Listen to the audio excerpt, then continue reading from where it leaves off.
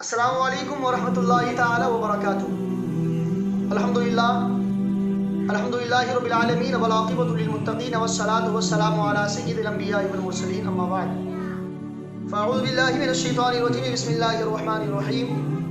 इन यंसुरकुमुल्लाहु फला गालिब लकुम व इन यख़्ज़ुलकुम फमन ज़ल्लज़ी यंसुरुकुम मिन बअदिही व अलल्लाहि फ़ल्यतवक्कलिल मुमिनून। सदक़ल्लाहु मौलाना अज़ीम व बल्लगना रसूलुहु नबियुल अमीनुल करीम व नहनु अला ज़ालिका लमिनश शाहिदीन वश्शाकिरीन। हज़रात, मैं निसार अहमद सुबानी एक बार फिर आप तमामी के सामने लतीफ़िया नेटवर्क के ज़रिए लाइव आया और इस बार इंशाअल्लाह कुछ चंद बातें कुरान मुक़द्दस की आयत करीमा की रोशनी में करनी है।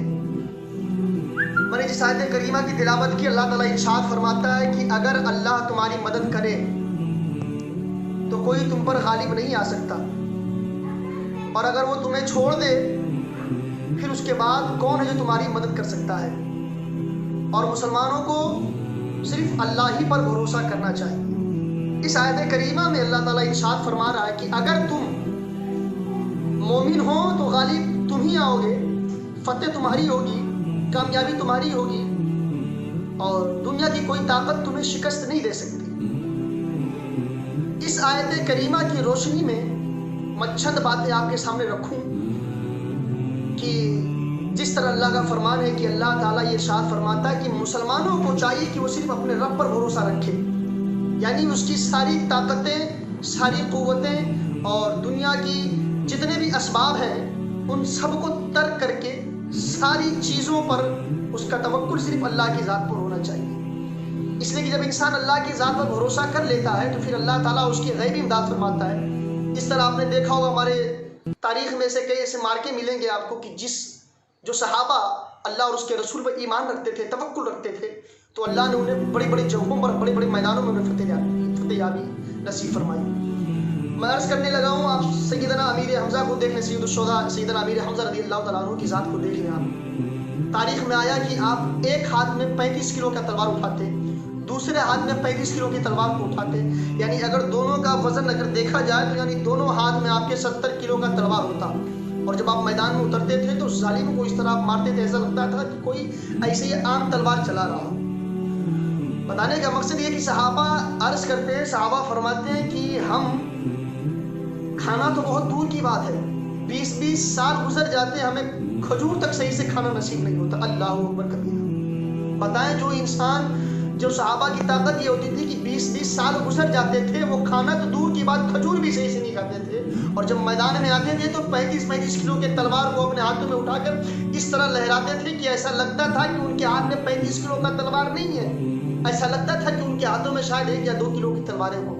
ये ताकत कहाँ से आती थी, ये क़ुव्वत उन्हें कहाँ से मिलती थी, उन्हें इतनी नुसरत और इतने फतेहयाब कैसे होते थे। तो आप उन्हीं सहाबा की तारीख को पढ़ो, उन्हीं सहाबा से पूछो, तो आप जितने सहाबा की ज़िंदगी को देखोगे तो सारे सहाबा का ईमान अल्लाह और उसके रसूल पर था।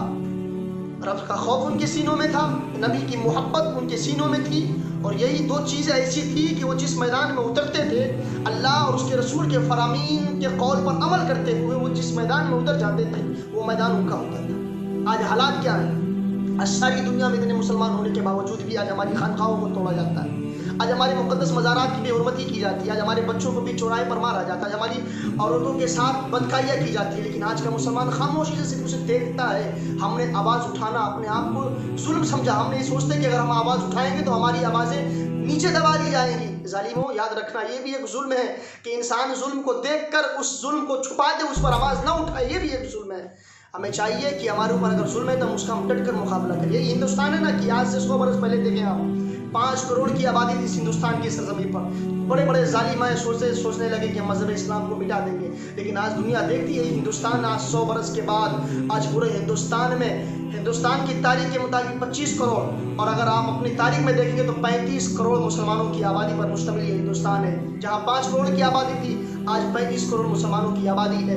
आज अल्लाह का शुक्र है कि अल्लाह ने हमें दुनिया में फतेहयाब बनाया, अल्लाह ने हमारी तारीख को एक बेहतरीन लोगों के सामने पेश किया। हमारी तारीख को हमें चाहिए कि हम अपने सलाफ की तारीख को पढ़ें, उनकी ज़िंदगी को जायज़ा लें। जब उनकी ज़िंदगी का जायज़ा लेंगे तो हमें 2 चीज़ मिलती है उनकी ज़िंदगी में। एक चीज़ तो ये कि उनका सारा तवक्कुल और उनकी सारी ज़िंदगी सिर्फ अल्लाह और उसके रसूल की यादों में गुजरी, यानी उनका सारा ईमान रब की ज़ात पर था।